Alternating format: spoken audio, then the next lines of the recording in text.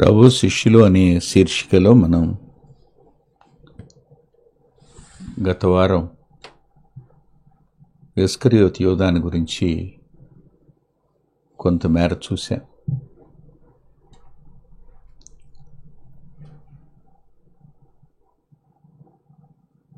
ప్రభు శిష్యుల్లో మనకు కనిపించేటువంటి ఒక సామాన్యమైన వ్యక్తిత్వాలు అత్యున్నతంగా మారడం ఎలాగో కనపడుతుంది. ఒక సామాన్యమైన వ్యక్తిత్వం ఒకటి అత్యంత నీచంగా మారిపోవడం కూడా కనిపిస్తుంది. శిష్యులే అంటే శిష్యులుగా మారిన తరువాత కూడా శిష్యులైన వారిలో కూడా ఈ లక్షణాలు కనిపించే ప్రమాదం ఉంది అని చెప్పడానికే ఇస్కరియోతు యోధాను మన కన్నుల ముందుకు ప్రభు తెచ్చారనిపిస్తుంటుంది. అతడు రక్షించబడలేదా? కాదు.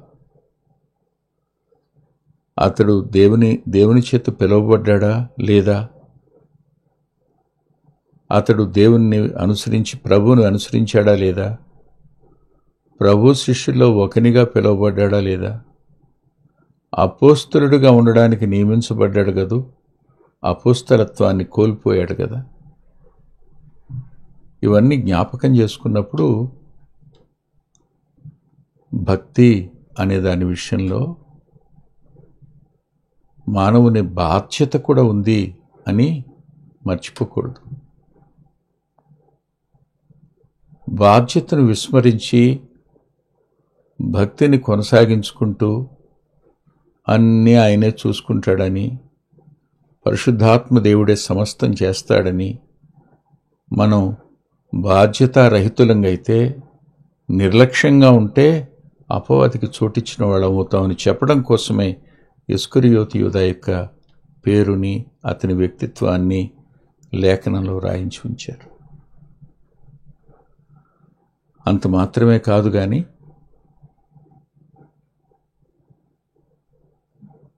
చాలామంది తెలివి తక్కువగా ఆలోచించేవారు కూడా ఉన్నారు. అదేమిటంటే,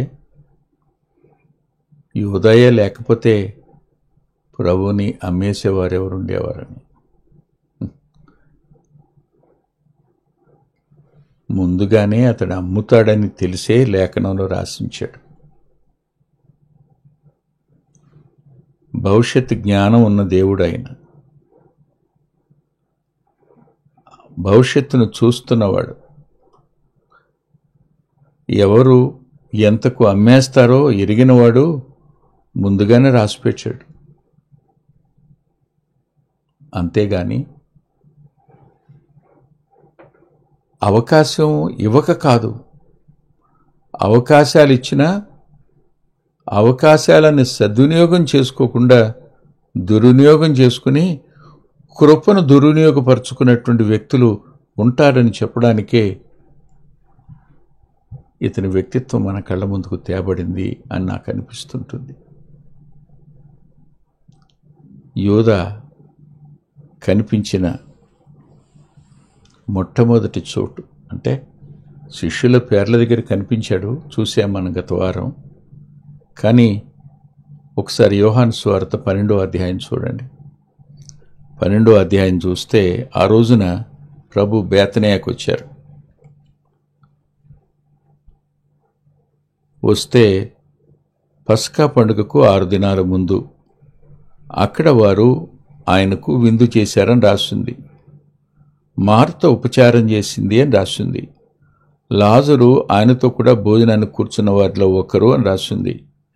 అంతేకాదు, అప్పుడు మరియ మిక్కిలి విలువగల అచ్చజటమాంసి అత్తరు ఒక సేరున్న రెత్తు తీసుకుని యేసు పాదములకు పూసి తన తల వెంట్రుకలతో ఆయన పాదములు తుడిచెను, ఇల్లు అత్తరు వాసనతో నిండిను అని రాస్తుంది. చిన్న ప్రార్థన చేసుకుందాం.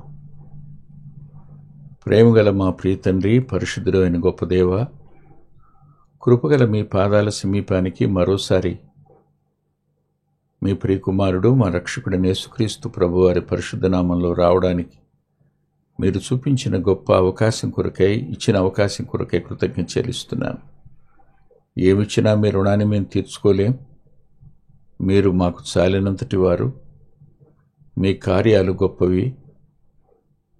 మీరు రాసిన లేఖనాలలోని వ్యక్తిత్వాలు మా అంతరంగానికి మేలు చేసేవిగాను, అనేక మార్లు జాగరూకతను నేర్పేవిగాను, హెచ్చరించి బలపరిచి ఓదార్చేవిగాను, ప్రోత్సహించేవిగాను మీరు చేసినందుకై కృతజ్ఞత చెల్లిస్తున్నాను. ఏమిచ్చినా నీ రుణాన్ని మేము తీర్చుకోలేం.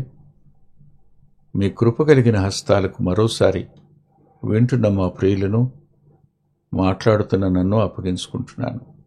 తండ్రి, పాల్ప్రసాద్ గారి కోసం ప్రార్థన చేస్తున్నాను. వారి కాళ్ళను ముట్టండి, స్వస్థపరచండి, నెమ్మదిని అనుగ్రహించండి. అలాగే తమ్ముడు నూతనపాటి ప్రసాద్ కోసం ప్రార్థన చేస్తున్నాను.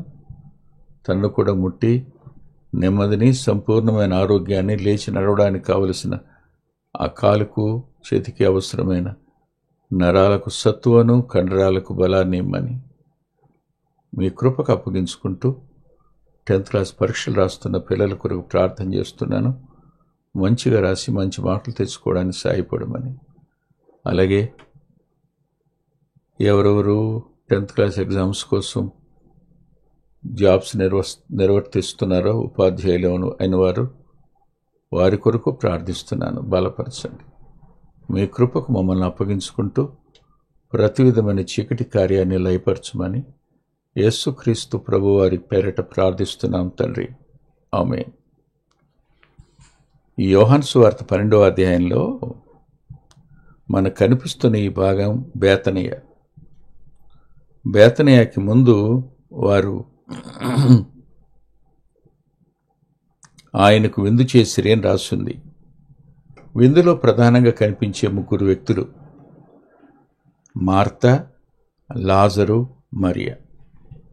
మార్తా, లాజరు, మరియ ఈ 3 విషయానికి వస్తే చాలాసార్లు మనం విన్నాం, మనం చెప్పుకున్నాం కూడా. మార్తలో మార్పు కనిపిస్తుంది, లాజరులో మార్పు కనిపిస్తుంది, మరియలో కూడా మార్పు కనిపిస్తుంది. 3 తమ వ్యక్తిత్వాలలో ఎదుగుదలను చూపిస్తారు. ఒకప్పుడు 13 మందికి బహుశా ప్రభుతో కలిస్తే పరిచర్య చేసే దగ్గర తన సహోదరి మీద సణుక్కున్న ఈమె ఇప్పుడు వారికి ఉపచారం చేసెను అన్నప్పుడు ఎంతమంది వచ్చారో వారందరికీ. ఎందుకంటున్నానంటే 10వ వచనంలో అనేకులు అని రాస్తుంది. వారు చేసిన విందు పెద్దది అన్నమాట. అనేకులు వచ్చారు. వారందరికీ పరిచర్య చేయడంలో మార్త తనకున్నటువంటి అసంతృప్తిని విడిచిపెట్టింది. సంపూర్ణంగా తన అంతరంగంలో కృతజ్ఞత కలిగి దేవునికి పూర్తిగా సరెండర్ అయినటువంటి వ్యక్తిత్వం మార్తలో కనిపిస్తుంది. ఇక లాజరులో అంటారా, మనకు లాజరు ప్రభువు మొట్టమొదటిసారి బేతనీకి వెళ్ళినప్పుడు కనిపించడు. ఆ తర్వాత బేతనీకి వెళ్ళిన సందర్భాలు ఎన్నున్నా అవన్నీ వ్రాయబడలేదు. ఎప్పుడూ లాజరు మనకు పరిచయం అయినట్టు ఉండడం. కేవలం అతని రోగ సమయాన్ని మాత్రమే పరిశుద్ధాత్మ దేవుడు అతని పరిచయం చేశాడు లేఖనంలో. తొలిసారి ప్రభు ఇంటికి వచ్చినప్పుడు అతడు ఆబ్సెంట్, కానీ ఇప్పుడు అతడు సాక్షిగా ప్రజెంట్ అయి ఉన్నాడు. అంటే ప్రభుతోటి సహవాస పంక్తిలో ఉండడం అనేది కనిపిస్తుంది. అంతేకాదు, నాకు కనిపించిన గొప్ప సంగతి ఏమిటో చూపిస్తాను, మీరు ఆలోచించండి. లాజరు ఆయనతో కూడా భోజనమును కూర్చున్న వారిలో ఒకడు. 3 దినాలు సమాధిలో ఉండి మరణించినవాడు, 3 దినాలు సమాధిలో ఉండి బ్రతికింపబడినవాడు ప్రభు ప్రక్కన కూర్చున్నటువంటి కుడి ప్రక్కనో ఎడం ప్రక్కనో కూర్చున్నవారిగా కానీ, లేదు అతడు ఆ విందు యొక్క ఉన్నతమైన స్థానంలో కూర్చున్నవాడు కానీ కాకుండా కూర్చున్న వారిలో ఒకడు ఒక సామాన్యునిగా ఉండడానికి ఇష్టపడినవాడు. ఇది నిజంగా ఎందుకో కొంచెం దేవుడే మేలు చేసిన దానికి మనం ఎలా పొంగిపోతామో, అతిశయపడతామో, అందరికంటే గనులు అన్నట్టుగా ప్రవర్తిస్తుంటామో చూస్తున్నప్పుడు నిజంగా మన మీద మనకే ఒక రకమైన కష్టం కలుగుతుంది. కానీ లాజరులో నేర్చుకోవాల్సిన అత్యున్నతమైన పాఠం అది. లేఖనాల్లో రాయబడిన చోట సమాధిలో పెట్టబడి 4వ దినాన తిరిగి లేచిన వ్యక్తి ఎవరైనా ఉంటే ఇతనే కదా. అయినా వారిలో ఒకనిగా ఉన్నాడే కానీ తను ఒక ప్రాధాన్యతను కోరుకున్న చోటు ఉన్నట్టుగా రాయలేదు. ఇకపోతే ఎప్పుడు ప్రభు పాదాల దగ్గర ఉండి స్వీకరించటం మాత్రమే తెలిసిన మరియ దేవునికి ఇవ్వడం, ఆరాధించడం అనే ఓ అత్యున్నతమైన మెట్టు చేరుకున్నట్టుగా కనపడుతుంది ఇక్కడ. ఈ ముగ్గురిలో అప్పుడప్పుడు వచ్చి దర్శించే ఆ ఇంటిలో ఉన్న ముగ్గురిలో ఇంత ఎదుగుదల కనపడుతున్నప్పుడు ఎల్లప్పుడూ ప్రభుతో ఉండేటువంటి యూదా, ఇస్కరియోతు యూదా, ఎల్లప్పుడూ అంటే మిగిలిన 12 మందితో తాను ఒకడు కాదు. ప్రభు ప్రయాణించిన పడవలో ప్రయాణించినవాడు, ప్రభు విరిచి ఇచ్చిన రొట్టెను పంచినవాడు, ప్రభు మోకరించిన చోట మోకరించినవాడు, ప్రభు ప్రసంగించిన చోట ఉన్నవాడు, ప్రభుతో పాటు గెత్సేమనేలో కూడా ఉన్నవాడు. ఒకప్పుడు ఆయన ఒలివల కొండ మీద ఉన్నవాడు ప్రార్థన చేసుకోవడానికి వెళ్ళినప్పుడు. ఇన్ని అనుభవాలు కలిగిన ఆ వ్యక్తి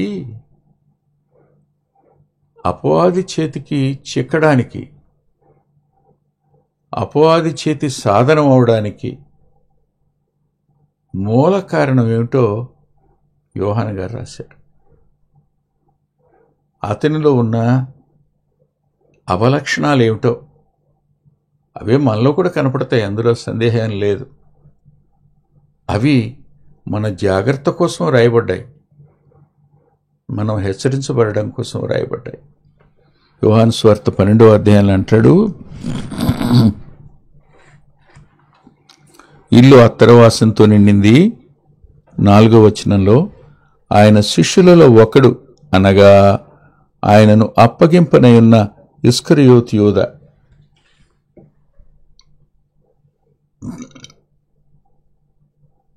అతని వ్యక్తిత్వాన్ని పరిశుద్ధాత్మ దేవుడు ప్రియుడైన యోహాను కలం ద్వారా మన కళ్ళ ముందుకు తీసుకుని వస్తున్నాడు. వస్తూ ఈ అత్తరెందుకు 300 దేనారాలకు అమ్మి బీదలకు ఇవ్వలేదు అన్నాడు కదా.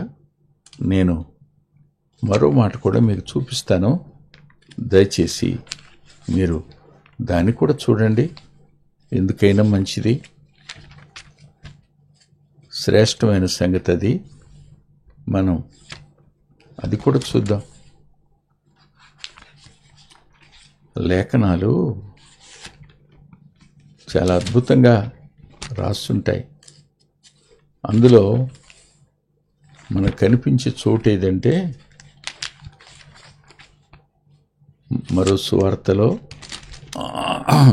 ప్రభు అదే బేతనియాకు వచ్చినప్పుడు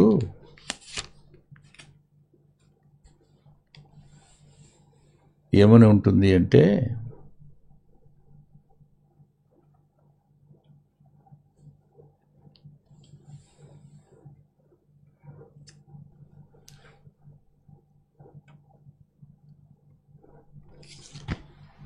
శిష్యులు కోపపడి ఈ నష్టం ఎందుకు అని పలికినట్టుగా ఉంటుంది.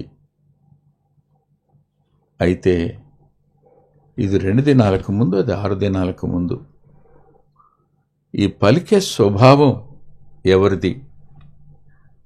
శిష్యులు అనే పదం సామాన్యంగా రాశాడు కానీ ఈ నష్టం ఎందుకు అనే మాట గుర్తుపెట్టుకోండి. ఇతడు ఈ మాట అనడం వెనక ఉన్న అర్థం ఎందుకో అక్కడ కనిపించినట్టుగా అనిపిస్తుంటుంది. ప్రభు కోసం ఖర్చు పెట్టింది నష్టం అనే భావం. అదే లేకపోతే ఎందుకు అనే పదం ఇక్కడ అనేవాడు కాదు ఇతను. శిష్యులు అన్నారు, ఎవరన్నారో రాయలేదు. ఈ సందర్భం వేరు, ఆ సందర్భం వేరు, రెండు ఒకే సందర్భాలు కావు. అయినా ఇతగాడు ఈ అత్తరెందుకు అన్నాడు అనంటే ఇది నష్టం అనే అర్థమే కదా, పాడు చేయడం అనే అర్థమేగా, నిరుపయోగంగా చేశావనే అర్థమే కదా అతని స్వరంలో ధ్వనించింది. అంటే ఏమంటారు దాన్ని, ఏమనుకోవాలి దాన్ని? ఆలోచించండి. దేవుని పని, ప్రభు పని, ప్రభు పాదాల మీద,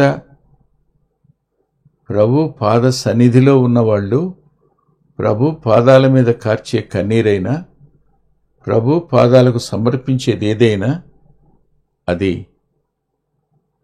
కొందరి దృష్టిలో అనవసరంగానూ నష్టంగానూ కనిపిస్తూ ఉంటుంది. అంటే వారు తమ వ్యక్తిత్వాన్ని బయటపెడుతున్నారు. తాము ఎలాంటి వారు చెప్పకే చెప్తున్నారు. చాలామంది ఇలా అంటారు, ఆహా అక్కడిస్తేనే దేవునికి ఇచ్చినట్ట, అక్కడికి ఇస్తేనే దేవునికి ఇచ్చినట్ట, అది తీసుకెళ్ళి ఎవడో అక్కడ అడుక్కున్నోడికి ఇవ్వచ్చుగా అంటారు, ఆకలితో నోళ్ళకి ఇవ్వచ్చుగా అంటారు. అంటే గుర్తుపెట్టుకోండి, దేవునికి ఇచ్చేటువంటి అవకాశం, దేవుని పనిలో సాయం చేసే అవకాశం అరుదు. కానీ పేదలు ఎల్లప్పుడూ మీతో ఉంటారు. వాళ్ళకి మీరు ఎప్పుడైనా ఇవ్వచ్చు, ఎప్పుడు ఇస్తూనే ఉండొచ్చు. ప్రభువుకిచ్చే అవకాశం మనకు దొరకదు. మర్చిపోకండి ఈ మాట. ఈ అత్తరెందుకు అని 300 దేనారాలకు అమ్మి బీదలకు ఇవ్వచ్చు కదా అన్నాడు. 30 వెండి నాణేలకు ప్రభువుని అమ్మేసుకున్నవాడు అత్తరుని 300 దేనారాలు అన్నాడు. ఆలోచించండి ఒకసారి. 30 వెండి నాణేలు అన్నవి ఒక వ్యక్తి ఒక దినపు కూలి. అది ఆ దినాల్లో 30 వెండి నాణేలు. ఇది 150 రూపాయలని రాసిన 300 దేనారాలు అన్నప్పుడు ఇది ఒక జీవితకాలం పొదుపు చేసిన సొమ్ము. ఇది చాలా ఎక్కువ విలువైంది. అంటే నాకు ఇలా అనిపించింది, ప్రభువు వెల మీ దృష్టిలో 30 వెండి నాణేలే కదా, అత్తరు వెల 300 దేనారాలు కదా. అవునా? చాలాసార్లు దేవుని పిల్లలై ఉండి, దేవుని పనిలో ఉండి, దేవుని శిష్యత్వం చేస్తున్నట్టు కనపడుతున్నా ప్రభు కంటే, ప్రభు పాద పరిచర్య కంటే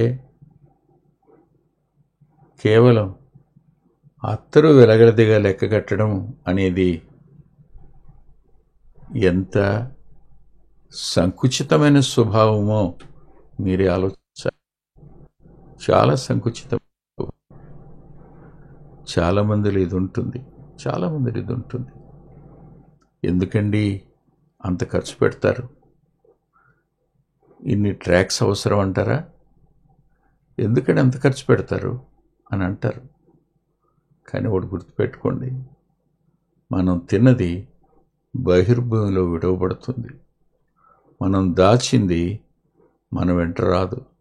కానీ ప్రభు కోసం ఖర్చు పెట్టింది మాత్రం నిత్యత్వంలో లెక్కలోనికి వస్తుంది, పరిగణనలోనికి కూడా వస్తుంది. దేవుని పని దగ్గర నువ్వు చూపించే అలసత్వం, నువ్వు లెక్క కట్టుకునే లెక్కలు కట్టేటువంటి స్వభావం, అది ప్రమాదకరమైందని మాత్రం జ్ఞాపకం పెట్టుకోవాలి. ప్రమాదకరమైంది. యూదాలో ఈ లక్షణాలు ఉన్నాయి. అంతేకాదు, యూదాలో ఉన్న మరో లక్షణం చెప్పిన, అతడు లోపల వేరు, మాట బయట వేరు. అంటే అతని వ్యక్తిత్వంలో ద్వంద్వ వైఖరి ఉంది.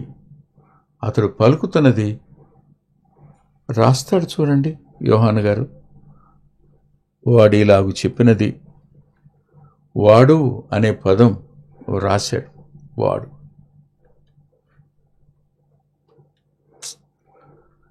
రాస్తూ వాడేలాగు చెప్పినది పేదల మీద ప్రేమ కలిగి కాదు అంటాడు, శ్రద్ధ కలిగి కాదంటాడు. పేదలకు ఇవ్వచ్చుగా అన్న వ్యక్తికి పేదల మీద ప్రేమ ఉందా? ఇంకొక ప్రశ్న కూడా నేను అడుగుతాను. పేదల కోసం ఖర్చు పెట్టొచ్చుగా అన్నవాడు ఖర్చు పెట్టి చెప్తున్నాడా? తానేమైనా ఇచ్చినవాడిగా చెప్తున్నాడా? ఇచ్చే అనుభవం వారికి ఉండదు, కానీ ఇతరులను ప్రశ్నించే అనుభవం మాత్రం వారికి ఉంటుంది. పేదల మీద ప్రేమ ఉంటే తాను ఖర్చు పెట్టి ఆ పదం పలకాలి. పేదలకు తానేం ఖర్చు పెట్టడు, కానీ ఖర్చు పెట్టే దాన్ని ప్రశ్నించేటువంటి తత్వం అతనిలో ఉంటుంది. అంటే ఎదటి వారిని గాయపరచడం, వారి ఆరాధన హృదయాన్ని గాయపరచడం, వారి సమర్పించే అంతరంగాన్ని గాయపరచడం అనేది యోధాలో కనిపించే వైఖరి. ఇప్పటికీ చాలామందికి అది ఉంది. ఇలా చేస్తూనే ఉన్నారు యోధాలు. ఆ రోజే కాదు, ఈరోజు కూడా ఉంటారు, సందేహమేం లేదు. అతడు పేదలను అడ్డం పెట్టుకున్నాడు. పేదలకు సహాయం చేయొచ్చు కదా, ఇవ్వచ్చు కదా అనే మాట ప్రజల అంతరంగాలను ప్రభావితం చేస్తాయి, చాలా ప్రభావితం చేస్తాయి. కానీ జ్ఞాపకం పెట్టుకోండి, ప్రభు అన్నారు, పేదలు ఎల్లప్పుడూ మీతో ఉంటారు, కానీ నేను మీతో ఉండను. ఇది లాస్ట్ వీక్, ఇది ప్రభు జీవితంలో ఆఖరి వారం. ఆ తరువాత మళ్ళీ ఆయన పాదాలకు అత్తరు పూసే అవకాశం రాదు. ఆలోచించండి, సమాధి బయటే ఆ స్త్రీలు తీసుకెళ్లిన అత్తను విడిచిపెట్టేయాల్సి రాలేదా? అంతే. కానీ ఇతడు పలికింది ఎందుకు చెప్తున్నాడు యోహాను గారు. తన దగ్గర డబ్బు సంచి ఉండినందున అందులో వేయబడినది దొంగిలించుచూ వచ్చాను గనుక అలాగనెను. అంటే అర్థం ఏమిటంటే, అతను ధనాశపరుడు అయ్యాడు. ధనాశ సమస్త కీడులకు మూలం. డబ్బు మీద మనసుంచావా, అపవాది చేతిలో చిక్కుతావు. గుర్తుపెట్టుకో, నీ అంతరంగంలో దొంగతనం చేసే స్వభావం ఉంది అనంటే వాడు దేవుని మహిమను దొంగిలించాలనే స్వభావం కలిగిన వాడు. అదే స్వభావం నీది కూడాను, నీలోను కూడా చూపిస్తాడు. జరిగేది అది. వాడు దొంగయ్యుండి అనే పదం అపవాదికి కూడా ఇదే పేరు చెందుతుంది. దేవుడు సృజించిన తరువాత ఈ అధికారాన్ని మానవునికి ఇచ్చాడు. మానవుని వద్ద నుండి మోసం చేసి అధికారాన్ని వాడు దొంగిలించాడు. నేటికి జరిగేది అదే. యూదాలో కనిపించే ఆ వ్యక్తిత్వంలో ధనాసుంది. దొంగిలించుచూ వచ్చాను గనుక అంటే అతడు ఒకసారి రెండుసార్లు చేయడం కాదు, అది అతనికి అలవాటైపోయిన పని. దేవుడు ఎలా అతన్ని సహిస్తూ వచ్చాడో, ఎలా భరిస్తూ వచ్చాడో నిజంగా ఆశ్చర్యం కదా. అప్పుడు యేసు, నువ్వు దొంగ వల్ల, నువ్వు ఇందుకోసం అన్నావు అనలా, నువ్వు ఈ బుద్ధి కలిగిన వాడివి అనలా. ఆయన అన్నాడు, నన్ను పాతిపెట్టు దినానికి ఆమెను దీన్ని ఉంచుకోనివ్వండి అయ్యా అన్నాడు. ఆ మాటలో ఎక్కడో తెలియని అంతరార్థం అనిపించింది. నువ్వు అమ్మేస్తావు యోధా,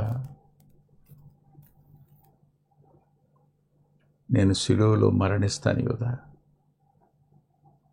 ఆ రోజు పుయ్యలేకపోయినాను అనే బాధ తన అంతరంగానికి లేకుండా నేను ముందే ఆయన పాదాలను అత్తరుతో నింపాను, పోశాను, నా తల వెంట్రుకలతో తుడిచాను అని అది ఆమెకు జ్ఞాపకార్థంగా ఉండనివ్వండి అన్నాడు.